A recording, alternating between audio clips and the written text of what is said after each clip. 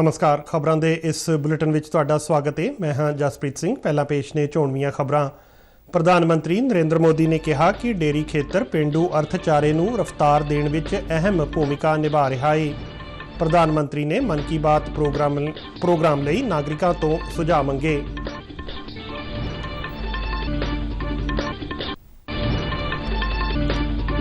केंद्रीय मंत्री नितिन गडकरी ने अमरीकी सरमाएकारां नूं भारत के हाईवे प्रोजेक्टां विच निवेश का सद्दा दिता।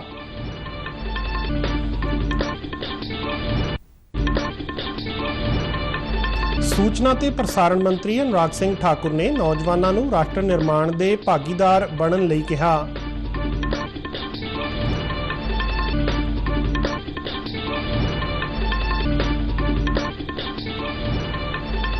पंजाब पुलिस ने पिछले एक हफ्ते दौरान 357 नशा तस्करां नूं गिरफ्तार किया और 269 केस दर्ज किए।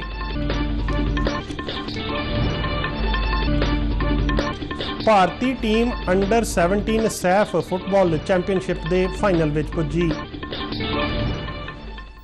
ते हुण खबरां विस्तार नाल।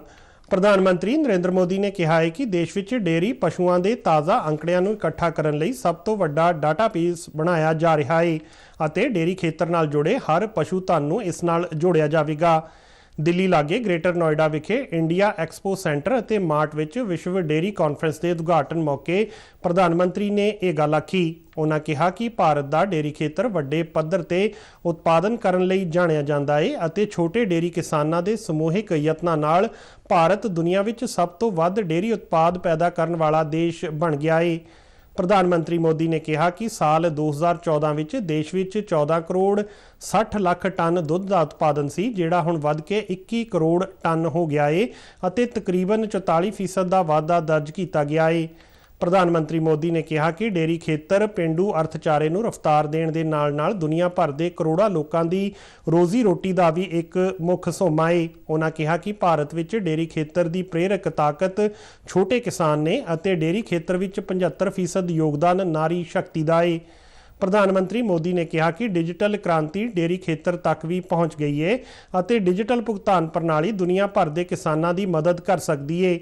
उन्होंने दस्सिया कि डेयरी उत्पादन वधाउण लई देश विच पशु आधार नामक बायोमैट्रिक प्रमाणीकरण की तकनीक विकसित की जा रही है। डेयरी सेक्टर का सामर्थ्य न सिर्फ ग्रामीण अर्थव्यवस्था को गति देता है, बल्कि ये दुनिया भर में करोड़ों लोगों की आजीविका का भी प्रमुख साधन है।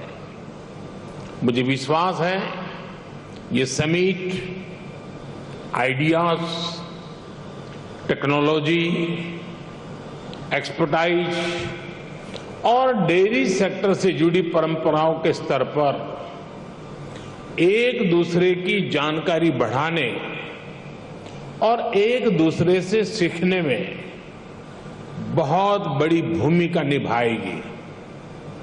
साथियों, आज का ये आयोजन ऐसे समय में हो रहा है जब भारत ने अपनी आजादी के 75 वर्ष पूरे किए हैं। ये भी संयोग है कि आज के इस आयोजन से भारत के 75 लाख से ज्यादा डेयरी किसान भी टेक्नोलॉजी के माध्यम से इस कार्यक्रम में हमारे साथ जुड़े हुए हैं। प्रधानमंत्री नरेंद्र मोदी ने 25 सितंबर को प्रसारित होने वाले आकाशवाणी ते मन की बात प्रोग्राम लई नागरिकों तो सुझाव मंगे ने। प्रधानमंत्री ने ट्वीट करदिआं कहा कि यह प्रोग्राम वख-वख विचारां नाल भरपूर है और समुचे देश विच सांझे यत्नां नूं प्रफुल्लित करदा है, जिस नाल समाज विच हाँ पक्षी बदलाव आए ने। प्रधानमंत्री ने उम्मीद जताई कि नागरिक इस महीने की कड़ी लई वध चढ़ के सुझाव देणगे। नागरिक माई गॉव पोर्टल, नमो ऐप राही विचार साझे कर सकते हैं या टोल फ्री नंबर 1800 117800 ते अपने सुनेहे रिकॉर्ड करवा सकते हैं।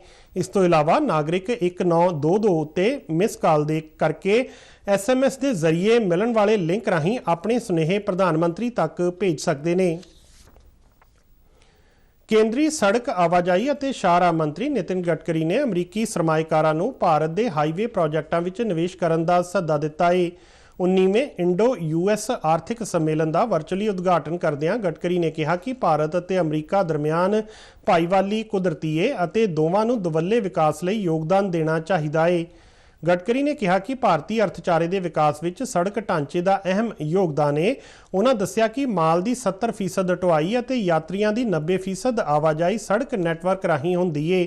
ਉਹਨਾਂ ਕਿਹਾ ਕਿ ਸਾਲ 2014 ਵਿੱਚ ਦੇਸ਼ ਦੇ ਸੜਕ ਨੈਟਵਰਕ ਦੀ ਲੰਬਾਈ 91,000 ਕਿਲੋਮੀਟਰ ਸੀ, ਜੋ ਹੁਣ ਵੱਧ ਕੇ 1,47,000 ਕਿਲੋਮੀਟਰ ਤੱਕ ਪਹੁੰਚ ਗਈ ਹੈ। ਸੂਚਨਾ ਤੇ ਪ੍ਰਸਾਰਣ ਮੰਤਰੀ ਅਨੁਰਾਗ ਸਿੰਘ ਠਾਕੁਰ ਨੇ ਨੌਜਵਾਨਾਂ ਨੂੰ ਰਾਸ਼ਟਰ ਨਿਰਮਾਣ ਵਿੱਚ ਭਾਗੀਦਾਰ ਬਣਨ ਦਾ ਸੱਦਾ ਦਿੱਤਾ ਹੈ। ਮਹਾਰਾਸ਼ਟਰ ਦੇ ਕਲਿਆਣ ਵਿੱਚ ਨੌਜਵਾਨਾਂ ਨੂੰ ਸੰਬੋਧਨ ਕਰਦਿਆਂ ਕੇਂਦਰੀ ਮੰਤਰੀ ਨੇ ਕਿਹਾ ਕਿ ਨੌਜਵਾਨ ਦੇਸ਼ ਦਾ ਭਵਿੱਖ ਨੇ ਅਤੇ ਇਹਨਾਂ ਦੀ ਊਰਜਾ ਦੇਸ਼ ਨੂੰ ਅੱਗੇ ਵਧਾਉਣ ਵਿੱਚ ਮਦਦ ਕਰ ਸਕਦੀ ਹੈ। ਉਹਨਾਂ ਕਿਹਾ ਕਿ ਬਰਤਾਨੀਆ ਨੂੰ ਪਿੱਛੇ ਛੱਡਣ ਤੋਂ ਬਾਅਦ ਸਾਡਾ ਦੇਸ਼ ਹੁਣ ਦੁਨੀਆ ਦਾ 5ਵਾਂ ਸਭ ਤੋਂ ਵੱਡਾ ਅਰਥਚਾਰਾ ਬਣ ਗਿਆ ਹੈ ਅਤੇ ਇਸ ਨੂੰ 5 ਟ੍ਰਿਲੀਅਨ ਦੇ ਆਕਾਰ ਤੱਕ ਪਹੁੰਚਾਉਣ ਲਈ ਨੌਜਵਾਨਾਂ ਦੀ ਭਾਗੀਦਾਰੀ ਜ਼ਰੂਰੀ ਹੈ। ਆਪਣੇ ਸੰਬੋਧਨ ਦੌਰਾਨ ਅਨੁਰਾਗ ਠਾਕੁਰ ਨੇ ਖੇਡਾਂ ਅਤੇ ਸਟਾਰਟਅਪ ਈਕੋਸਿਸਟਮ ਦੀ ਪ੍ਰਗਤੀ ਬਾਰੇ ਵੀ ਚਾਨਣਾ ਪਾਇਆ। 45 करोड़ से ज्यादा बैंक खाते नरेंद्र मोदी जी की सरकार ने 3 साल में खुलवा दिए। आपदा के समय बहनों के खाते में 31,000 करोड़ रुपया आया, यानी कि 1500 रुपया एक एक बहन के खाते में आया। यही नहीं, रसोई गैस के सिलेंडर 12 करोड़ देने का काम उज्ज्वला योजना में मोदी सरकार ने करके बहनों के धुएं से मुक्ति दिलाने का काम किया है। अब हर घर को नल से स्वच्छ जल देने की मांग को भी पूरा किया जा रहा है। हर घर को बिजली दे दी और एक तरह से 80 करोड़ लोगों को 28 महीने तक मुफ्त में अनाज देने का काम किया, तो भी नरेंद्र मोदी जी की सरकार ने किया। ਕੇਂਦਰ ਸਰਕਾਰ ਵੱਲੋਂ ਦੇਸ਼ ਦੀਆਂ ਪ੍ਰਮੁੱਖ ਨਦੀਆਂ ਨੂੰ ਆਪਸ ਵਿੱਚ ਜੋੜਨ ਲਈ 42,000 ਕਰੋੜ ਰੁਪਏ ਦੇ ਫੰਡ ਅਲਾਟ ਕੀਤੇ ਗਏ ਨੇ। ਕੇਂਦਰੀ ਮੰਤਰੀ ਪ੍ਰਹਲਾਦ ਸਿੰਘ ਪਟੇਲ ਨੇ ਕਿਹਾ ਕਿ ਨਦੀਆਂ ਨੂੰ ਆਪਸ ਵਿੱਚ ਜੋੜੇ ਜਾਣ ਦਾ ਫੈਸਲਾ ਇੱਕ ਕ੍ਰਾਂਤੀਕਾਰੀ ਕਦਮ ਹੈ।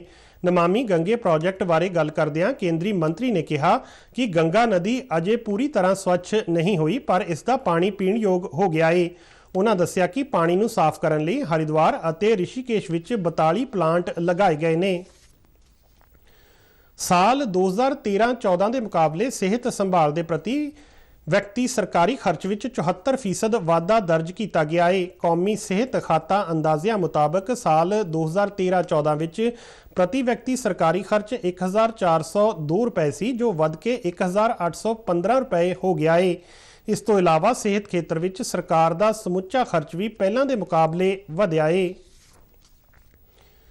ਚੀਨ ਦੀ ਰਾਜਧਾਨੀ ਬੀਜਿੰਗ ਵਿੱਚ ਭਾਰਤੀ ਦੂਤਘਰ ਨੇ MBBS ਕਰਨ ਦੇ ਚਾਹਵਾਨ ਵਿਦਿਆਰਥੀਆਂ ਨੂੰ ਦਰਪੇਸ਼ ਚੁਣੌਤੀਆਂ ਸੰਬੰਧੀ ਇੱਕ ਐਡਵਾਈਜ਼ਰੀ ਜਾਰੀ ਕੀਤੀ ਹੈ।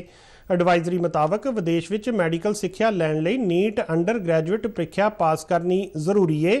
ਇਸ ਤੋਂ ਇਲਾਵਾ ਚੀਨ ਤੋਂ MBBS ਕਰਨ ਵਾਲੇ ਵਿਦਿਆਰਥੀਆਂ ਲਈ ਉੱਥੇ ਡਾਕਟਰੀ ਦੀ ਪ੍ਰੈਕਟਿਸ ਕਰਨ ਲਈ ਲਾਇਸੈਂਸ ਹਾਸਲ ਕਰਨਾ ਲਾਜ਼ਮੀ ਹੈ। ਐਡਵਾਈਜ਼ਰੀ ਮੁਤਾਬਕ ਡਿਗਰੀ ਮੁਕੰਮਲ ਕਰਨ ਵਾਲੇ ਉਹ ਵਿਦਿਆਰਥੀ ਵਿਦੇਸ਼ੀ ਮੈਡੀਕਲ ਗ੍ਰੈਜੂਏਟ ਪ੍ਰੀਖਿਆ ਵਿੱਚ ਬੈਠ ਸਕਦੇ ਨੇ, ਜਿਨ੍ਹਾਂ ਵੱਲੋਂ ਇਹ ਦੋਵੇਂ ਸ਼ਰਤਾਂ ਪੂਰੀਆਂ ਕੀਤੀਆਂ ਗਈਆਂ ਹੋਣ। ਭਾਰਤ ਵਿੱਚ ਡਾਕਟਰ ਵੱਲੋਂ ਪ੍ਰੈਕਟਿਸ ਸ਼ੁਰੂ ਕਰਨ ਲਈ ਇਹ ਇਮਤਿਹਾਨ ਪਾਸ ਕਰਨਾ ਜ਼ਰੂਰੀ ਹੈ। ਭਾਰਤੀ ਦੂਤਘਰ ਨੇ ਐਡਵਾਈਜ਼ਰੀ ਵਿੱਚ ਵਿਦਿਆਰਥੀਆਂ ਨੂੰ ਸਿਰਫ ਉਹਨਾਂ 45 ਯੂਨੀਵਰਸਿਟੀਆਂ ਵਿੱਚ ਦਾਖਲਾ ਲੈਣ ਦੀ ਸਲਾਹ ਦਿੱਤੀ ਹੈ ਜੋ ਚੀਨ ਦੇ ਸਿੱਖਿਆ ਮੰਤਰਾਲੇ ਵੱਲੋਂ ਮਾਨਤਾ ਪ੍ਰਾਪਤ ਨੇ ਅਤੇ ਮੈਡੀਕਲ ਡਿਗਰੀ ਅੰਗਰੇਜ਼ੀ ਭਾਸ਼ਾ ਵਿੱਚ ਕਰਵਾਉਂਦੇ ਨੇ। ਕੌਮੀ ਜਾਂਚ ਏਜੰਸੀ NIA ਨੇ ਅੱਤਵਾਦੀਆਂ, ਗੈਂਗਸਟਰਾਂ ਅਤੇ ਨਸ਼ਾ ਤਸਕਰਾਂ ਵਿਚਾਲੇ ਗੱਠਜੋੜ ਨੂੰ ਤੋੜਨ ਲਈ ਪੰਜਾਬ ਸਮੇਤ 5 ਸੂਬਿਆਂ ਵਿੱਚ 60 ਟਿਕਾਣਿਆਂ ਤੇ ਛਾਪੇਮਾਰੀ ਕੀਤੀ। ਛਾਪੇਮਾਰੀ ਦੌਰਾਨ NIA ਦੀਆਂ ਟੀਮਾਂ ਵੱਲੋਂ 6 ਪਿਸਤੌਲ, 1 ਰਿਵਾਲਵਰ, 1 ਸ਼ਾਟਗਨ ਅਤੇ ਹੋਰ ਗੋਲੀ ਸਿੱਕਾ ਬਰਾਮਦ ਕੀਤਾ ਗਿਆ। ਏਜੰਸੀ ਦੀਆਂ ਟੀਮਾਂ ਨੇ ਪੰਜਾਬ ਵਿੱਚ ਵੀ ਵੱਖ-ਵੱਖ ਥਾਈਂ ਛਾਪੇਮਾਰੀ ਕੀਤੀ। ਗੁਰਦਾਸਪੁਰ ਤੋਂ ਸਾਡੇ ਨੁਮਾਇੰਦੇ ਵਿਸ਼ੰਬਰ ਬਿੱਟੂ ਅਨੁਸਾਰ NIA ਦੀ ਟੀਮ ਨੇ ਡੇਰਾ ਬਾਬਾ ਨਾਨਕ ਇਲਾਕੇ ਵਿੱਚ ਸਥਿਤ ਗੈਂਗਸਟਰ ਜੱਗੂ ਭਗਵਾਨਪੁਰੀਆ ਦੇ ਘਰ ਦੀ ਤਕਰੀਬਨ 5 ਘੰਟੇ ਤੱਕ ਤਲਾਸ਼ੀ ਲਈ। ਇੱਕ ਹੋਰ ਗੈਂਗਸਟਰ ਗੋਲਡੀ ਬਰਾੜ ਦੇ ਕੋਟਕਪੁਰਾ ਵਿਚਲੇ ਘਰ ਤੇ ਵੀ NIA ਦੀ ਟੀਮ ਨੇ ਛਾਪੇਮਾਰੀ ਕੀਤੀ। ਇਸੇ ਤਰ੍ਹਾਂ ਖੰਨਾ ਨੇੜਲੇ ਰਾਜਗੜ੍ਹ ਵਿੱਚ ਗੈਂਗਸਟਰ ਰਵੀ ਰਾਜਗੜ੍ਹ ਦੇ ਘਰ ਤੇ ਛਾਪਾ ਮਾਰ ਕੇ ਤਲਾਸ਼ੀ ਲਈ ਗਈ ਹੈ। ਅੰਮ੍ਰਿਤਸਰ ਵਿੱਚ ਗੈਂਗਸਟਰ ਸ਼ੁਭਮ ਅਤੇ ਬਜ਼ੁਰਗਪੁਰਾ ਵਿੱਚ ਸੋਨੂ ਕੰਗਲਾ ਦੇ ਘਰ ਤੇ ਵੀ ਛਾਪੇਮਾਰੀ ਕੀਤੀ ਗਈ ਹੈ। ਟੀਮ ਨੇ ਆਲੇ ਦੁਆਲੇ ਦੇ ਲੋਕਾਂ ਤੋਂ ਜਾਣਕਾਰੀ ਹਾਸਲ ਕੀਤੀ। ਪੰਜਾਬ ਸਰਕਾਰ ਵੱਲੋਂ ਕਣਕ ਦੇ ਬੀਜ ਦੀ ਵਿਕਰੀ ਮੌਕੇ ਕੀਮਤ ਵਿੱਚ ਕਟੌਤੀ ਰਾਹੀਂ ਸਬਸਿਡੀ ਦਾ ਤੁਰੰਤ ਲਾਭ ਦੇਣ ਦਾ ਫੈਸਲਾ ਕੀਤਾ ਗਿਆ ਹੈ। ਚੰਡੀਗੜ੍ਹ ਵਿਖੇ ਖੇਤੀਬਾੜੀ ਵਿਭਾਗ ਅਤੇ ਪਨਸੀਡ ਦੇ ਅਧਿਕਾਰੀਆਂ ਨਾਲ ਮੀਟਿੰਗ ਮਗਰੋਂ ਖੇਤੀਬਾੜੀ ਮੰਤਰੀ ਕੁਲਦੀਪ ਸਿੰਘ ਧਾਲੀਵਾਲ ਨੇ ਦੱਸਿਆ ਕਿ ਕਣਕ ਦੇ ਬੀਜ ਤੇ ਸਬਸਿਡੀ ਲੈਣ ਲਈ ਕਿਸਾਨਾਂ ਨੂੰ ਕਈ ਤਰ੍ਹਾਂ ਦੀਆਂ ਖੱਜਲ ਖੁਆਰੀਆਂ ਦਾ ਸਾਹਮਣਾ ਕਰਨਾ ਪੈਂਦਾ ਸੀ, ਜਿਸ ਨੂੰ ਧਿਆਨ ਵਿੱਚ ਰੱਖਦਿਆਂ ਸੂਬਾ ਸਰਕਾਰ ਵੱਲੋਂ ਸਬਸਿਡੀ ਦਾ ਲਾਭ ਤੁਰੰਤ ਦੇਣ ਦਾ ਫੈਸਲਾ ਕੀਤਾ ਗਿਆ ਹੈ। ਉਨ੍ਹਾਂ ਕਿਹਾ ਕਿ ਇਸ ਨਾਲ ਕਿਸਾਨਾਂ ਨੂੰ ਬੇਲੋੜੀ ਕਾਗਜ਼ੀ ਕਾਰਵਾਈ ਅਤੇ ਆਨਲਾਈਨ ਫਾਰਮਾਤ ਤੋਂ ਛੁਟਕਾਰਾ ਮਿਲੇਗਾ। ਪੰਜਾਬ ਸਰਕਾਰ ਵੱਲੋਂ ਸੂਬੇ ਵਿੱਚ ਬਿਜਲੀ ਨਾਲ ਚੱਲਣ ਵਾਲੇ 1 ਲੱਖ ਖੇਤੀ ਟਿਊਬਲਾਂ ਨੂੰ ਸੌਰ ਊਰਜਾ ਤੇ ਤਬਦੀਲ ਕਰਨ ਦਾ ਫੈਸਲਾ ਕੀਤਾ ਗਿਆ ਹੈ। ਨਵਿਆਉਣਯੋਗ ਊਰਜਾ ਬਾਰੇ ਮੰਤਰੀ ਅਮਨ ਅਰੋੜਾ ਨੇ ਚੰਡੀਗੜ੍ਹ ਵਿੱਚ ਦੱਸਿਆ ਕਿ ਇਸ ਪ੍ਰੋਜੈਕਟ ਨਾਲ ਬਿਜਲੀ ਸਬਸਿਡੀ ਤੇ ਸਾਲਾਨਾ 200 ਕਰੋੜ ਰੁਪਏ ਦੀ ਬਚਤ ਹੋਵੇਗੀ। ਉਨ੍ਹਾਂ ਕਿਹਾ ਕਿ ਇਸ ਪ੍ਰੋਜੈਕਟ ਦੇ ਅਮਲ ਵਿੱਚ ਆਉਣ ਨਾਲ ਸੂਬੇ ਨੂੰ 4 ਵੱਡੇ ਲਾਭ ਹੋਣਗੇ, ਜਿਨ੍ਹਾਂ ਵਿੱਚ ਸਰਕਾਰੀ ਖਜ਼ਾਨੇ ਤੇ ਸਬਸਿਡੀ ਦਾ ਬੋਝ ਘੱਟ ਕਰਨਾ, ਬਿਜਲੀ ਸਪਲਾਈ ਦੀ ਮੰਗ ਨੂੰ ਘਟਾਉਣਾ, ਖੇਤੀ ਲਾਗਤ ਨੂੰ ਘੱਟ ਕਰਨਾ ਅਤੇ ਵਾਤਾਵਰਣ ਅਨੁਕੂਲਤਾ ਸ਼ਾਮਲ ਹੈ। 1 ਲੱਖ ਟਿਊਬਲਾਂ ਨੂੰ ਸੌਰ ਊਰਜਾ ਤੇ ਤਬਦੀਲ ਕਰਨ ਲਈ ਲਗਭਗ 1030 ਕਰੋੜ ਰੁਪਏ ਦੀ ਲਾਗਤ ਆਵੇਗੀ, ਜਿਸ ਨਾਲ 215 ਮੈਗਾਵਾਟ ਦੀ ਸਮਰੱਥਾ ਵਾਲੇ ਸੋਲਰ ਪਾਵਰ ਪਲਾਂਟ ਸਥਾਪਿਤ ਕੀਤੇ ਜਾਣਗੇ। ਸੂਬੇ ਵਿੱਚ 13,88,000 ਕਿਸਾਨਾਂ ਨੂੰ ਖੇਤੀਬਾੜੀ ਮੋਟਰਾਂ ਲਈ ਮੁਫਤ ਬਿਜਲੀ ਪ੍ਰਦਾਨ ਕੀਤੀ ਜਾ ਰਹੀ ਹੈ, ਜਿਸ ਲਈ ਸਰਕਾਰ ਵੱਲੋਂ ਸਬਸਿਡੀ ਦੇ ਰੂਪ ਵਿੱਚ PSPCL ਨੂੰ ਸਾਲਾਨਾ 7,000 ਕਰੋੜ ਰੁਪਏ ਦੀ ਅਦਾਇਗੀ ਕੀਤੀ ਜਾਂਦੀ ਹੈ। ਪੰਜਾਬ ਦੇ ਬਿਜਲੀ ਮੰਤਰੀ ਹਰਭਜਨ ਸਿੰਘ ETO ਨੇ ਕਿਹਾ ਕਿ ਪੰਜਾਬ ਰਾਜ ਬਿਜਲੀ ਨਿਗਮ ਵਿੱਚ ਸਹਾਇਕ ਲਾਈਨਮੈਨ ਦੀਆਂ 2000 ਅਸਾਮੀਆਂ ਲਈ ਭਰਤੀ ਪ੍ਰਕਿਰਿਆ ਜਲਦ ਮੁਕੰਮਲ ਕੀਤੀ ਜਾਵੇਗੀ। ਚੰਡੀਗੜ੍ਹ ਤੋਂ ਜਾਰੀ ਬਿਆਨ ਵਿੱਚ ਬਿਜਲੀ ਮੰਤਰੀ ਨੇ ਕਿਹਾ ਕਿ ਮਹਿਕਮੇ ਵੱਲੋਂ ਪਹਿਲਾਂ ਜਾਰੀ ਕੀਤੇ ਗਏ ਇਸ਼ਤਿਹਾਰ ਵਿੱਚ 1690 ਅਸਾਮੀਆਂ ਲਈ ਅਰਜ਼ੀਆਂ ਮੰਗੀਆਂ ਗਈਆਂ ਸਨ ਅਤੇ ਹੁਣ ਇਹਨਾਂ ਅਸਾਮੀਆਂ ਦੀ ਗਿਣਤੀ ਵਧਾ ਕੇ 2000 ਕੀਤੀ ਗਈ ਹੈ। ਯੋਗ ਉਮੀਦਵਾਰ 20 ਸਤੰਬਰ ਤੱਕ ਆਨਲਾਈਨ ਅਰਜ਼ੀਆਂ ਦਾਖਲ ਕਰ ਸਕਦੇ ਨੇ। ਉਮੀਦਵਾਰਾਂ ਨੂੰ ਦਾਖਲਾ ਫਾਰਮ ਭਰਨ ਵਿੱਚ ਆਉਣ ਵਾਲੀ ਕਿਸੇ ਵੀ ਤਰ੍ਹਾਂ ਦੀ ਮੁਸ਼ਕਲ ਦੇ ਹੱਲ ਲਈ ਨਿਗਮ ਵੱਲੋਂ ਇੱਕ ਹੈਲਪਲਾਈਨ ਨੰਬਰ ਵੀ ਜਾਰੀ ਕੀਤਾ ਗਿਆ ਹੈ। ਸਾਰਾਗੜ੍ਹੀ ਦਿਵਸ ਦੇ ਸਬੰਧ ਵਿੱਚ ਫਿਰੋਜ਼ਪੁਰ ਵਿੱਚ ਹੋਏ ਰਾਜ ਪੱਧਰੀ ਸਮਾਗਮ ਦੌਰਾਨ ਸਾਰਾਗੜ੍ਹੀ ਦੇ ਸ਼ਹੀਦਾਂ ਨੂੰ ਸ਼ਰਧਾਂਜਲੀ ਦਿੱਤੀ ਗਈ। ਪੰਜਾਬ ਦੇ ਸੁਤੰਤਰਤਾ ਸੰਗਰਾਮ ਤੇ ਰੱਖਿਆ ਸੇਵਾਵਾਂ ਭਲਾਈ ਮੰਤਰੀ ਫੌਜਾ ਸਿੰਘ ਸਰਾਰੀ ਨੇ ਸਮਾਗਮ ਦੀ ਪ੍ਰਧਾਨਗੀ ਕੀਤੀ। Retired lieutenant general JS Cheema ਅਤੇ ਸਾਰਾਗੜ੍ਹੀ ਫਾਊਂਡੇਸ਼ਨ ਦੇ ਚੇਅਰਮੈਨ GS ਜੋਸਨ ਨੇ ਸਾਰਾਗੜ੍ਹੀ ਦੇ 21 ਸ਼ਹੀਦ ਸਿੱਖ ਜਵਾਨਾਂ ਦੀ ਸ਼ਹਾਦਤ ਬਾਰੇ ਵਿਸਥਾਰ ਨਾਲ ਦੱਸਿਆ। ਇਸ ਮੌਕੇ major general HS Vandra, deputy GOC BS ਮੂਰਤੀ ਅਤੇ ਜ਼ਿਲ੍ਹਾ ਪ੍ਰਸ਼ਾਸਨ ਦੇ ਸੀਨੀਅਰ ਅਧਿਕਾਰੀ ਹਾਜ਼ਰ ਸਨ। ਦੇਸ਼ ਵਿੱਚ 30 ਸਤੰਬਰ ਤੱਕ ਪੋਸ਼ਣ ਮਹੀਨਾ ਮਨਾਇਆ ਜਾ ਰਿਹਾ ਹੈ। ਇਸ ਲੜੀ ਵਿੱਚ ਪੋਸ਼ਣ ਸੰਬੰਧੀ ਵੱਖ-ਵੱਖ ਜਾਗਰੂਕਤਾ ਸਮਾਗਮਾਂ ਦਾ ਆਯੋਜਨ ਕੀਤਾ ਜਾ ਰਿਹਾ ਹੈ। ਤਰਨਤਾਰਨ ਜ਼ਿਲ੍ਹੇ ਦੇ ਪਿੰਡ ਸਰਾਏ ਅਮਾਨਤ ਖਾਨ ਵਿਖੇ ਵੀ ਅਜਿਹਾ ਹੀ ਇੱਕ ਜਾਗਰੂਕਤਾ ਸਮਾਗਮ ਕਰਵਾਇਆ ਗਿਆ। ਇਸ ਵਿੱਚ ਕਮਿਊਨਿਟੀ ਹੈਲਥ ਅਫਸਰ ਡਾਕਟਰ ਮਨਪ੍ਰੀਤ ਕੌਰ ਨੇ ਪਿੰਡ ਦੀਆਂ ਔਰਤਾਂ ਨੂੰ ਸਿਹਤ ਸਹੀ ਰੱਖਣ ਲਈ ਅਪਣਾਏ ਜਾਣ ਵਾਲੇ ਤਰੀਕੇ ਅਤੇ ਖਾਣ-ਪੀਣ ਸੰਬੰਧੀ ਜਾਗਰੂਕ ਕੀਤਾ। ਸਾਡੇ ਪ੍ਰੈਗਨੈਂਟ ਵੂਮਨਸ ਆ, ਉਹਨਾਂ ਨੂੰ ਦੱਸਿਆ ਕਿ ਅਨੀਮੀਆ ਤੋਂ ਕਿਵੇਂ ਪ੍ਰੀਵੈਂਟ ਕਰ ਸਕਦੇ ਆ। ਠੀਕ ਆ, ਅਸੀਂ ਉਹਨਾਂ ਨੂੰ ਦੱਸਿਆ ਕਿ ਉਹਨਾਂ ਨੇ ਡੇਲੀ ਹਰੀਆਂ ਸਬਜ਼ੀਆਂ ਲੈਣੀਆਂ ਵਾ, ਗੁੜ ਲੈ ਸਕਦੇ ਆ, ਚਨੇ ਲੈ ਸਕਦੇ ਆ। ਠੀਕ ਆ, ਫਿਰ ਉਹਨਾਂ ਨੂੰ ਅਸੀਂ ਉਹਨਾਂ ਦੀ ਸਾਫ਼ ਸਫਾਈ ਬਾਰੇ ਦੱਸਿਆ ਕਿ ਉਹਨਾਂ ਨੇ ਰੈਗੂਲਰ ਜਿਹੜੀ ਆਪਣੀ ਸਾਫ਼ ਸਫਾਈ ਰੱਖਣੀ ਆ, ਡੇਲੀ ਨਹਾਉਣਾ ਵਗੈਰਾ ਵਾ, ਹੱਥਾਂ ਦੀ ਸਾਫ਼ ਸਫਾਈ ਰੱਖਣੀ ਆ। ਉਹਨਾਂ ਨੂੰ ਦੱਸਿਆ ਕਿ ਉਹਨਾਂ ਨੇ ਆਪਣੀ ਕੇਅਰ ਕਿਵੇਂ ਕਰਨੀ ਆ, ਬੱਚੇ ਦੀ ਕੇਅਰ ਕਿਵੇਂ ਕਰਨੀ ਆ, ਤੇ ਉਸ ਤੋਂ ਬਾਅਦ ਬੱਚੇ ਨੂੰ ਟੀਕਾਕਰਨ ਕਿਹੜੇ ਕਰਵਾਉਣੇ। ਨਾਲ ਨਾਲ ਉਹਨਾਂ ਨੂੰ ਦੱਸਿਆ ਕਿ ਉਹਨਾਂ ਨੇ ਆਪਣੀ ਖੁਰਾਕ ਜਿਹੜੀ ਆ ਵਧੀਆ ਰੱਖਣੀ ਆ। ਉਹਨਾਂ ਨੂੰ ਇਹ ਵੀ ਦੱਸਿਆ ਗਿਆ ਕਿ ਉਹਨਾਂ ਨੇ ਰੋਜ਼ ਦਾਲ ਤੇ ਨਾਲ ਇੱਕ ਹਰੀ ਸਬਜ਼ੀਆਂ ਦੀ ਕੌਲੀ ਜ਼ਰੂਰ ਲੈਣੀ ਆ। ਜਿੰਨੀਆਂ ਵੀ ਫੁਲਕੇ ਖਾਂਦੇ ਉਹ ਖਾਣੇ ਆ। 2-2 ਘੰਟੇ ਬਾਅਦ ਕੁਛ ਨਾ ਕੁਛ ਖਾਣਾ ਵਾ। ਜਿਨ੍ਹਾਂ ਦਾ ਖੂਨ ਘੱਟ ਆ ਉਹਨਾਂ ਲਈ ਸਭ ਤੋਂ ਵਧੀਆ ਤੇ ਪੌਸ਼ਟਿਕ ਡਾਈਟ ਆ ਗੁੜ ਤੇ ਚਨੇ। ਉਹਨਾਂ ਨੂੰ ਅਸੀਂ ਦੱਸਿਆ ਕਿ ਗੁੜ ਤੇ ਚਨੇ ਉਹਨਾਂ ਨੇ ਲੈਣੇ ਆ। ਠੀਕ ਆ, ਹੋਰ ਵੀ ਜਿਵੇਂ ਕੋਈ ਫਰੂਟ ਵਗੈਰਾ ਲੈ ਸਕਦੇ ਆ, ਹਰੀਆਂ ਸਬਜ਼ੀਆਂ ਲੈ ਸਕਦੇ ਆ। Community health volunteer Kulwinder Kaur ਨੇ ਦੱਸਿਆ ਕਿ ਸਮੇਂ-ਸਮੇਂ ਤੇ ਔਰਤਾਂ ਨੂੰ ਪੋਸ਼ਣ ਸੰਬੰਧੀ ਜਾਗਰੂਕ ਕੀਤਾ ਜਾਂਦਾ ਹੈ। ਕੇਂਦਰ ਸਰਕਾਰ ਦਾ ਨਿਰਦੇਸ਼ ਹੈ ਕਿ ਗਰਭਵਤੀ ਮਹਿਲਾ ਨੂੰ ਵਧੀਆ ਖੁਰਾਕ ਦੇਣੀ ਚਾਹੀਦੀ ਹੈ, ਉਹਨਾਂ ਨੂੰ ਵਧੀਆ ਸਾਫ਼ ਸਫਾਈ ਦਾ ਧਿਆਨ ਰੱਖਣਾ ਚਾਹੀਦਾ ਹੈ, ਫਲ ਫਰੂਟ ਖਾਣੇ ਚਾਹੀਦੇ ਹੈ, ਗੁੜ ਅਤੇ ਚਨੇ ਵੀ ਖਾਣੇ ਚਾਹੀਦੇ। ਇਹ ਅਸੀਂ ਮਤਲਬ ਸਾਡ ਵਲੰਟੀਅਰ ਦੀ ਟੀਮ ਦੇ ਨਾਲ ਮੈਂ ਸੰਬੰਧਿਤ ਹੈਗੀ ਹਾਂ। ਠੀਕ ਹੈ, ਅਸੀਂ ਉਹਨਾਂ ਨੂੰ ਮਤਲਬ ਮੋਬਿਲਾਈਜੇਸ਼ਨ ਕਰਦੇ ਹਾਂ, ਆਪਣਾ ਵਧੀਆ ਕੰਮਕਾਰ ਕਰੋ, ਸਫਾਈ ਰੱਖੋ, ਵਧੀਆ ਪੋਸ਼ਣ ਲਓ। ਸੂਬੇ ਵਿੱਚ ਨਸ਼ਿਆਂ ਦੀ ਰੋਕਥਾਮ ਲਈ ਚੁੱਕੇ ਗਏ ਕਦਮਾਂ ਤਹਿਤ ਪੰਜਾਬ ਪੁਲਿਸ ਨੇ ਪਿਛਲੇ 1 ਹਫ਼ਤੇ ਦੌਰਾਨ 269 ਕੇਸ ਦਰਜ ਕੀਤੇ ਨੇ ਅਤੇ 357 ਨਸ਼ਾ ਤਸਕਰਾਂ ਨੂੰ ਗ੍ਰਿਫਤਾਰ ਕੀਤਾ ਹੈ।